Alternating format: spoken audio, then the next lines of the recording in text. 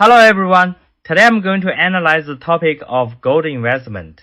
As we all know, in the past few years, gold has entered a major bull market. But will this upward trend continue? That's exactly what I'm going to discuss in depth today. If you have the patience to understand the content of this video, I believe you won't have to worry about what to invest in for the next decade.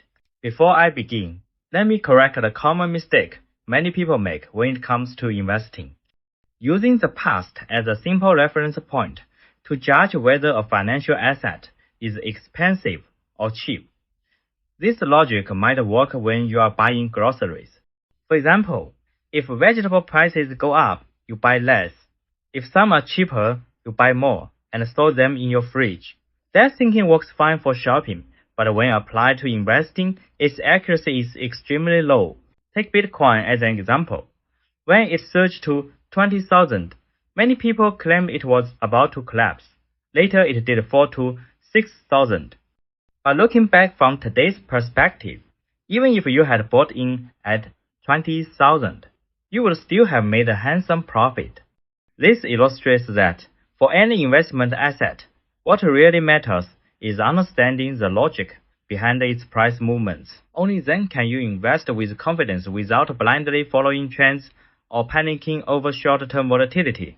Like any commodity, gold's price is ultimately determined by supply and demand.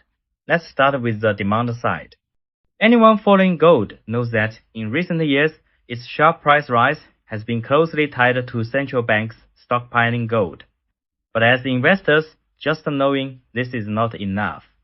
Investing is about forecasting the future, and to make money, you need to anticipate not just the trend itself, but also other people's expectations of that trend. You need to stay one step ahead. That means, with gold, it's not enough to know that central banks are accumulating reserves. You must also understand why they are doing so and the deeper logic behind it in order to make accurate predictions. After the COVID-19 pandemic, central banks around the world engaged in massive money printing to support households, rescue businesses, and pursue ultra-loose monetary policy. This collective action created not only the risk of currency depreciation, but also huge investment opportunities. The scale of stimulus in this round was unprecedented. Take the United States as an example. After the outbreak, the US rolled out multiple rescue packages. Let's look at just two to get a sense of the magnitude. On December 27, 2020, then-President Donald Trump signed a $2.3 trillion COVID-19 relief and government spending bill, which included plans to increase direct payments to Americans from $600 to $2,000 per person. On March 11, 2021, President Joe Biden signed another relief package worth $1.9 trillion. Individuals earning less than $75,000 a year, or couples earning less than $150,000, were eligible for up to $1,400 in direct payments, roughly 90% of U.S. households qualified. Families with eligible children also received higher tax credits. The federal government provided an additional $300 per week in unemployment benefits, allocated $350 billion in aid to state and local governments, and directed billions more to support small businesses hit by the pandemic. On the monetary policy side, the Federal Reserve cut rates for the first time in a decade in August 2019.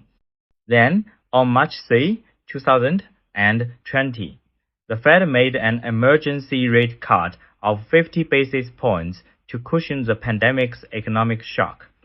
Less than 2 weeks later, on March 15, it slashed the federal funds rate to 0.25% and launched a $700 billion quantitative easing QE program. Shortly after, it went even further, removing limits on QE and committing to buy assets as needed, in effect, unlimited QE. According to Bloomberg Economics, in 2020 alone, the Federal Reserve, the Bank of England, the Bank of Japan, and the European Central Bank collectively injected $5.6 trillion into QE programs. After the wave of monetary easing, central bank balance sheets around the world expanded rapidly. From the chart, we can see that on August 28, 2019, the Federal Reserve's balance sheet stood at 3.76 trillion. After the outbreak of COVID-19, the Fed launched quantitative easing to stabilize markets, causing its balance sheet to expand sharply in a short period of time. By April 13, 2022, it had reached a historic peak of 8.97 trillion. This was not unique to the US. It was a global phenomenon. The reason I use the United States as an example is that, compared with other central banks, the Fed has actually been relatively restrained. After all, it still has to safeguard the credibility of the US dollar as the world's reserve currency. Let's compare China and the US. In May 2024, China's broad money supply M2 stood at 41.92 trillion, while the US M2 money supply was 23.355 trillion over the same period. China's figure was 1.8 times larger, yet China's GDP is only about 66% of the US level. If we look at the World Gold Council's reports in recent years, a clear pattern emerges. Every central bank facing excessive money creation has been actively buying and stockpiling gold. The more a central bank prints money, the less confidence it has in its own currency, the stronger its expectations of devaluation, and the more aggressively it turns to gold. This has been the case for Russia, China, Turkey, Poland, the Czech Republic, and others. As individual investors, it's important to remember that while central banks use gold purchases to project the strength and credibility of their currencies, you should not be misled into thinking your own paper money is suddenly great again. The gold standard has been abandoned for decades. No matter how much gold a central bank buys, it has little to do with the actual value of the paper currency in your hands. In May 2024, Goldman Sachs released a report noting that since mid-2022, global central bank gold purchases had tripled, reaching about 10 million ounces per quarter. China, Poland, Turkey, Singapore, India, and Qatar were the main buyers. Notably, World Gold Council data also shows that these 6 central banks have repeatedly ranked among the world's top gold buyers in single quarters. In 2023 alone, China added roughly 200 tons of gold to its reserves, while Singapore, Poland, India, and Qatar also increased their holdings. By the end of 2023, Russia's gold reserves had risen to 2,350 tons, and we all know what happened to the ruble's value during that same period. Before the Russia-Ukraine conflict, in 2022, Russia had already been gradually eliminating the US dollar from its reserves and replacing it with gold. The main reason central banks are holding gold is that they know they face ongoing pressure from currency devaluation. In recent years, the most aggressive gold buyers have been developing countries. Developed nations, on the other hand, had already accumulated large reserves in the past, so they rarely add to their stockpiles today. Still, the actions of developing countries alone are enough to drive gold prices higher, and currency depreciation is not a short-term problem that can be resolved quickly. Combined with the need to prepare for potential geopolitical conflicts, central banks are unlikely to halt their gold purchases anytime soon. Don't assume this trend will end just because central bank buying pauses for a month or two. In reality, more countries are joining in. Take Hungary as an example. Before October 2018, Hungary's gold reserves were a negligible 3.1 tons. Then, in October 2018, the Hungarian Central Bank announced its first gold purchase in 32 years, a major move that boosted reserves to 31.5 tons. On April 7, 2021, the central bank announced a new purchase of 63 tons, nearly tripling its holdings to 94.5 tons. Or consider the Czech Republic. On February 17, 2023, Czech National Bank Governor Aleš Mitchell stated his plan to increase the country's gold reserves from 12 tons to 100 tons as part of a multi-year shift in the bank's investment portfolio. By June 2024, the latest reports noted that Mitchell confirmed the bank's decision to raise its gold holdings from around 40 tons to 100 tons. The pace of these actions has been striking. The underlying reason is again the fear of currency depreciation. As the media coverage at the time explained, when Aleš Mitchell became governor, the country was experiencing its worst cost of living crisis in 30 years, and he pledged to bring inflation under control within 2 years. Despite sustained gold purchases by central banks in developing countries, the share of gold within their foreign exchange reserves remains generally low. Take China as an example. As of April 2024, mainland China's gold holdings accounted for only 9% of its foreign exchange reserves, and that percentage was reached only after years of heavy buying. If developing countries were to raise their gold holdings to levels comparable to those of developed countries, global gold supply would simply not be able to meet the demand. That would further reinforce gold's scarcity, and once more central banks and other players recognize this trend, they will buy even more gold, strengthening the price support for gold. Among these buyers, China, the world's second largest economy, has greater upside potential in future gold demand than most other countries. China is not a market economy and differs from capitalist countries in important ways, so I'll briefly explain the context here. If anyone wants a deeper dive into China's economy, leave a comment and I can make a dedicated episode. Turning back to China, on the one hand, the central bank is buying large amounts of gold to respond to monetary overissuance, US-China decoupling, and the possibility of a future conflict in the Taiwan Strait. Reducing dollar reserves and increasing gold holdings is therefore a predictable policy choice. On the other hand, Chinese household demand for gold has not yet been fully activated. Comparing China and the US by world money supply and GDP shows that China has experienced a serious monetary overissuance for a long time. Nevertheless, consumer price levels have remained roughly stable for many years, largely because real estate acted as a reservoir that absorbed much of the excess money supply.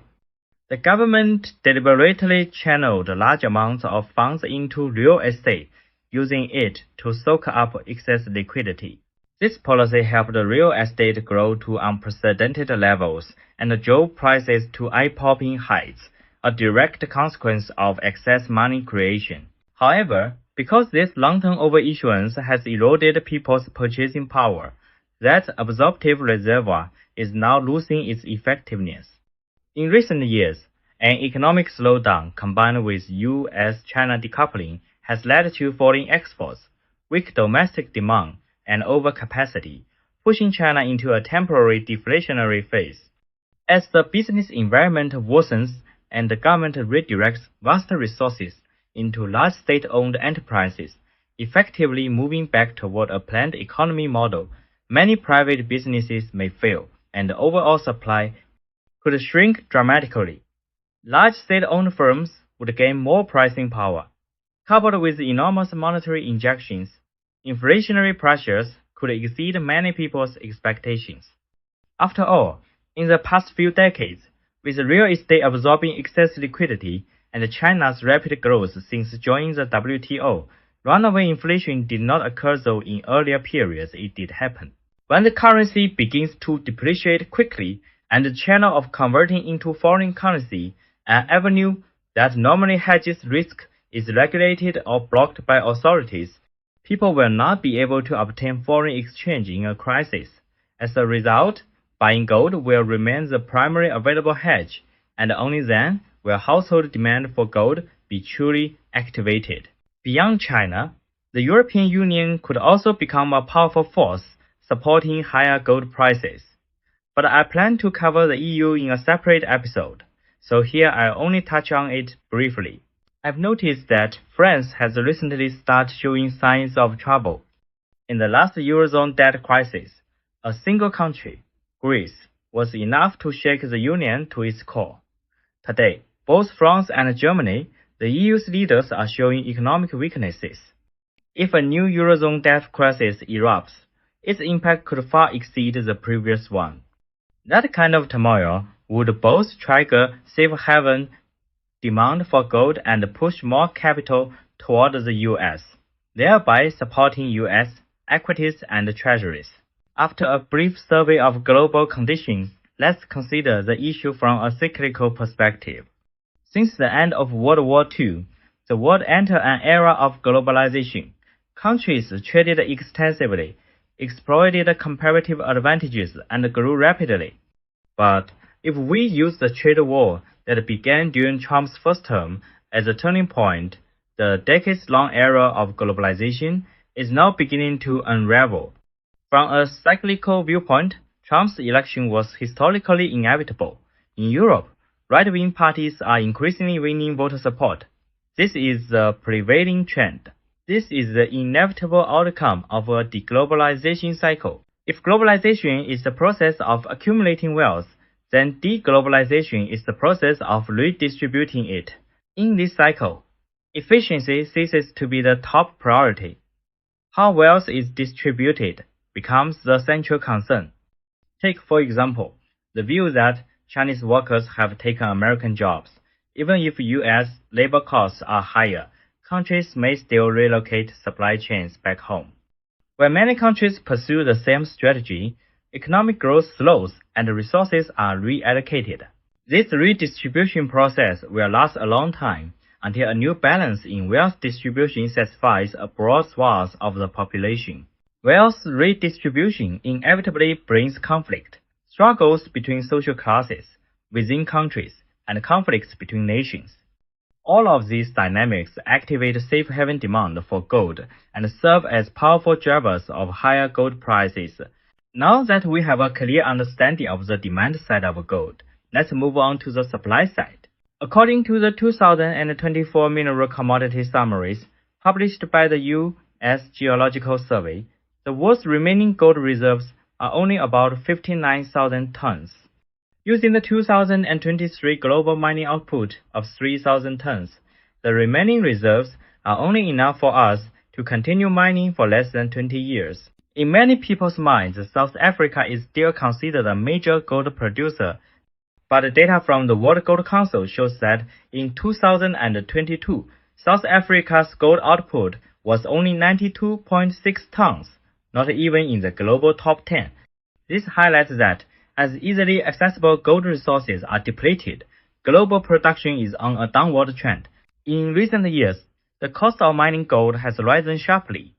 Data from the World Gold Council shows that in 2022, the industry's all-in sustaining costs hit a record high, up 18% year-on-year to $1,276 per ounce. That's 14% higher than the previous record set in 2012. By comparing gold's production cost, we can better understand why prices keep rising. On the one hand, inflation in resource-based countries is intensifying. Labor and electricity costs have surged, driving up expenses in mining, shipping, and exploration. On the other hand, most of the high-quality, easy-to-mine deposits are running out, while many untapped reserves are concentrated in politically unstable regions, such as West Africa. But new mines don't necessarily mean more gold supply. Developing a mine deep in the African jungle requires huge investments in electricity and infrastructure costs that are extremely high. As gold mining costs continue to rise, the floor price of gold also moves higher. The logic is simple. Once the price of gold falls near the cost of production, mining companies cut production or shut down entirely, which reduces supply and pushes prices back up. This is a crucial point often overlooked in analysis. It is precisely because gold mining is becoming increasingly difficult and costly that central banks around the world feel such urgency to aggressively accumulate gold reserves. Now that we've analyzed both demand and supply, let's look at gold's future outlook.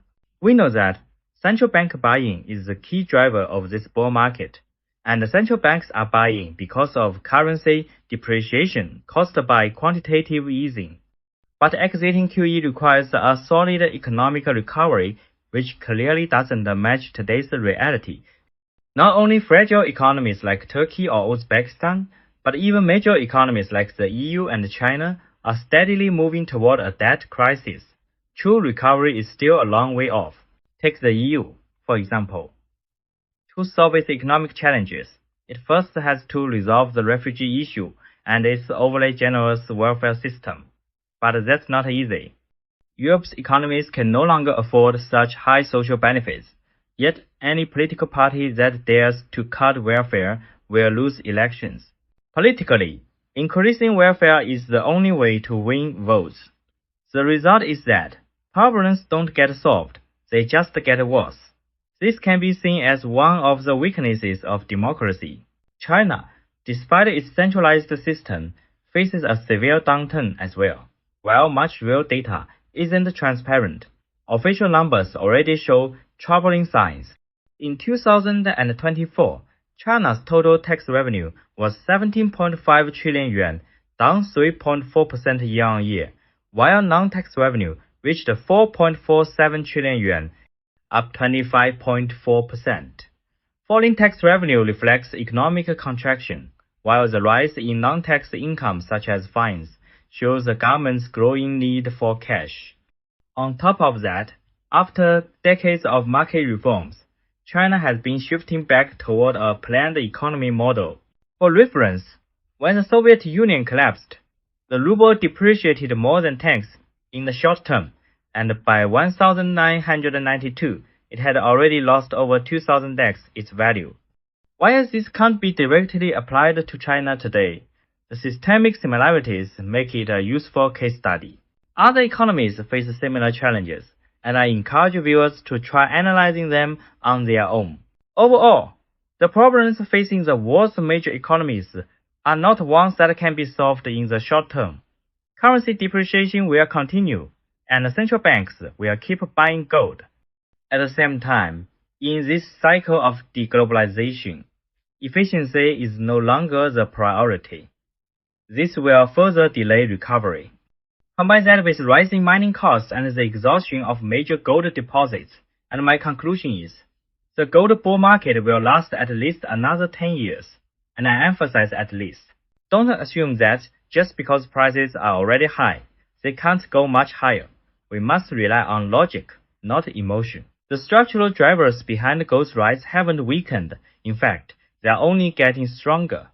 10 years from now, when you look back at today's prices, you may see them the same way people now look back at Bitcoin prices from a decade ago. If today's analysis feels a bit overwhelming, I suggest bookmarking this video.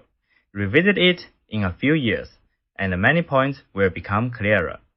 And don't worry about missing out on this bull run, the cycle will be long, and even if prices correct along the way, the downside will likely be limited. For example, many of my friends are already doing long-term gold accumulation plans.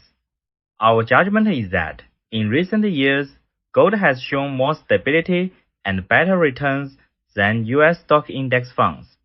That's why we give it a high allocation in our investment portfolios.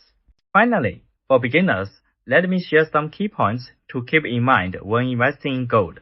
Generally speaking, there are 4 common ways to invest in gold: physical gold, gold futures, gold-related stocks, and gold ETFs. Let's start with physical gold. The first thing you need to know is this. Do not invest in jewelry as a form of gold investment. If you buy gold or silver jewelry and later try to sell it, you'll find it's very hard to preserve or grow its value. Even if someone is willing to buy it, or a shop is willing to recycle it, the price offered is often lower than what you originally paid. Why is that? Because jewelry comes with additional costs, design fees, craftsmanship, and processing fees. That's why when you shop for jewelry, you spend so much time choosing from so many styles. That's the work of designers and artisans. But when you bring jewelry to a pawn shop, they only evaluate it based on gold content. This gap creates a big difference in valuation, and if you don't understand this, your investment expectations can easily go wrong. Of course, there are exceptions. If you have a necklace once worn by a famous celebrity, then it becomes a collectible or even an antique, and its scarcity gives it a completely different value. For physical gold investment, I suggest buying gold bars specifically designed for investment purposes. The advantage here is that you are unlikely to trade frequently. You just store them in a safe and hold for the long term, which best protects your returns. This type of investment suits investors in most countries. However, there are exceptions. For example, in mainland China, I don't recommend gold bar investment. The local gold bars are disconnected from global standards. Even bank-issued bars have had many reported problems, and recycling conditions are extremely strict. So in mainland China, the risk of investing in gold bars is very high. Next, let's talk about futures investment. Gold futures are a high-risk, high-reward form of investment. They require strong skills in trend analysis, judgment, capital management, and risk control. The main feature of futures is leverage. With just a small margin deposit, you control a much larger contract. For example, if a futures contract requires a 10% margin, that's equal to 10x leverage. A 10% rise in gold prices means you double your margin money. There was a well-known case in China where a businessman from Zhejiang made around 10 billion RMB in a single year trading gold futures. But the risk is equally high under the same leverage. A 10% drop means you lose everything. For beginners, I recommend starting with a demo account. Once you gain experience, you can consider live trading. With a commodity like gold, whose long-term direction is relatively clear, you can lower risk by carefully controlling position size and buying long-dated contracts during pullbacks. Now, onto gold-related stocks. When investing in mining companies, the first thing to consider is their resource base. Companies that only earn processing fees without strong resource reserves cannot fully benefit from rising gold prices. When choosing gold mining companies, pay close attention to where their mines are located. If the mines are in developed countries like the US, Canada, or Australia, environmental costs are usually very high. If the mines are in Africa or South America, costs may be lower, but risks are much higher. Issues like political instability, poor security, and corruption can significantly increase operating costs. Only a few companies can navigate these challenges to earn higher profits. Finally, we come to gold ETFs. This is my most recommended choice because it suits the majority of investors. As long as you hold them long-term and avoid frequent trading, the risk is relatively low. When choosing ETFs, avoid leveraged products. These have high holding costs and are not suitable for long-term investment. Instead, pick low-cost ETFs to maximize your returns. And above all, let me emphasize one last point. Every investment carries risk. No matter how confident you are, you must always manage risk and control your capital allocation. Never bet your entire fortune on an investment. That kind of gambling behavior might bring you short-term gains if you're lucky, but in the long run, it always leads to losses. The right way is to invest small amounts, hold long-term, and enjoy steady, stress-free returns. That's all for today's program. Thank you for watching, and I will see you in the next episode.